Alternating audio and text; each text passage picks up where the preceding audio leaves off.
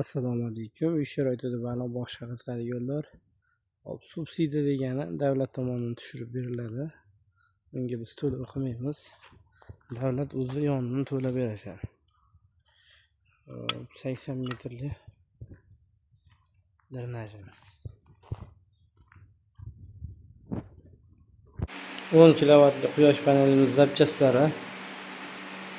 10 kilovatli quyosh panelimizni disklari bular o'rnatib bo'lishdi, xudo xolisa. Bularga ham bir tiyin pul to'lamaymiz. Bular ham subsidiya davlat tomonidan o'rnatib berilyapti tekinga.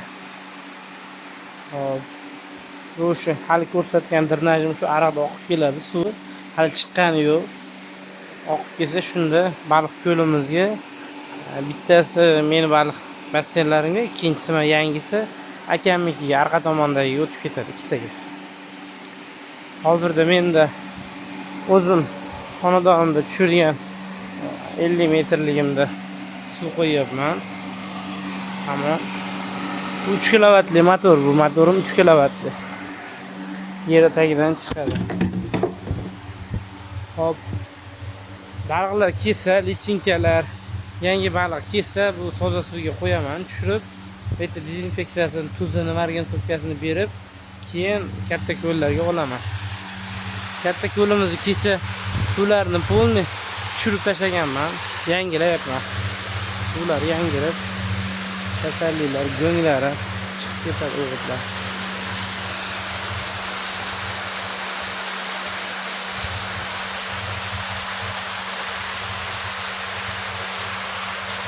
Hop, baliqlarimiz kecha kontrolga qilganimda hop 400 gramdan 1 kilogacha bo'ldi. Xudo xolisa baliqlarimiz tepasi 1 kilo,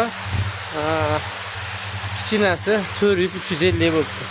Hozirda shu yemdan beryapman. Cho'kmaydigan yem. Cho'kmaydi. Joyda tumanda chiqarilyapti.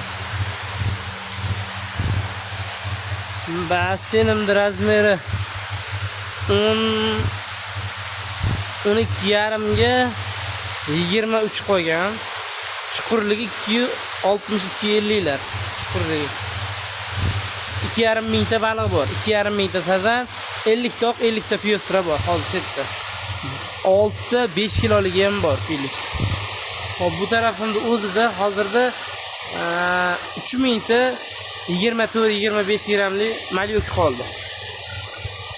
Hop, bitta, ikkita, 3 ta, bu bilan 4 ta, 5 ta, 6 ta motor bor.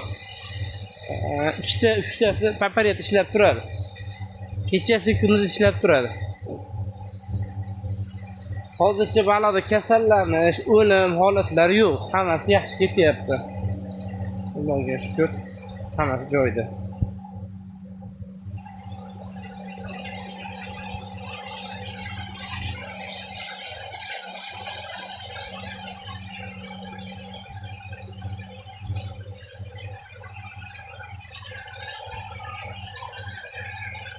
Basseyn qurmoqchi bo'lganlar, uy sharoitida baliq boqmoqchi bo'lganlarga dumaloq basseyn qilinglar. Dumaloq, suv chiqib ketadigan, musori chiqib ketadigan o'rtada bo'lsin, tagidan o'rtada bo'lsin. Tepada bo'lsa ozgina qiyin bo'lar ekan, men qiynalyapman. Shuning uchun suvni tushirib, ko'tarib, tushirib ko'taryapman. Unda qiyin bo'lar ekan. Hop, bu xonadon akam xonadoni. Bu xonadonga ikkita qildik. Ikkita basseyn qilib, 1000 tadan 2000 talik basseyn.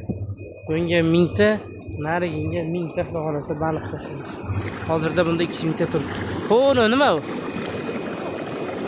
Ha? Hop, qo'yinglar unga. Bitta mana o'lib chiqibdi. Suv shida tursin suv. Bitta mana o'lib chiqibdi, zaho yeganda bu. Kecha ko'chirdik-da, buni ozgina. Ko'chganda shunaqa bo'lib qoladi. Bu 8 metrli dumaloq. Bunimiz ozgina qovurroq. 7,5 ga 10 metrli.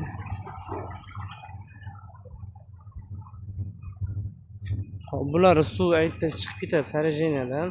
Hammasida shunaqa sarajina qilingan. Chekkasidan. Suvimiz bo'lsa, meni suvim ham, akamning suvi ham zakanga qarab chiqib ketadi. Mana 2 hissali turba zakanga chiqib ketadi. Zakan juda chiroyli. Juda katta zakan. Xo'p, mana shunaqa baliqlar mabodo kasallansa, bu narsa bo'ladigan bo'lsa, sharoitlarini shunga qarab harakat qilaverasizlar. Har xil dori darmonlari bor hozirda. Ancha osonlashib ketgan xullas. Baliqqa 70 million pul tiksangiz, xudo xolasa 120 million shunaqa atrofida bo'lib qaytadi. O'zingiz pulingiz yoningizga qop, plus yana o'sha anchagina foydasi bilan qaytadi. Hozir shunaqa bo'lib turibdi. 5 yildan beri baliq hech orqaga ketgani yo'q. To'g'risi faqat oldinga qarab ketyapti. To'k rasxodlarim meniki kunlik 150 ming so'm. Endi quyosh panel ishga tushib qolsa arzonlashib ketadi mana. 10 kilovat ishga tushib qolsa arzonlashib ketadi. Chunki 24 ga 7 3 ta motor ishlab turibdi. 24 ga 7 3 ta. 1 kilovatli motordan 3 ta ishlab turadi. Shuning uchun shunaqa bo'lib turibdi.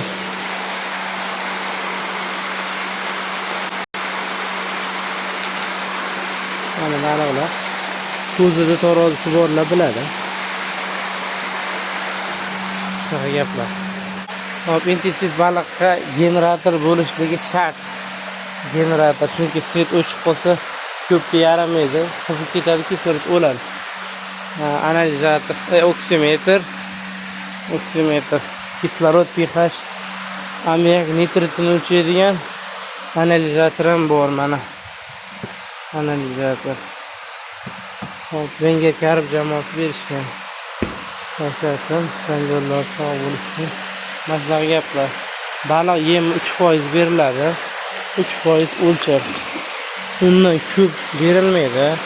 Olib kelinganda 1%, 2% qilib baliq yemga o'rgatib olinadi tag'in. Keyin yemga rostdan o'rgangandan keyin 3% berilaveradi. Maslahat gaplar. Kam ketik bo'lsa Instagramda yozsalaring, imkon qadar qo'limizdan kelgancha axborotini berib boraveramiz.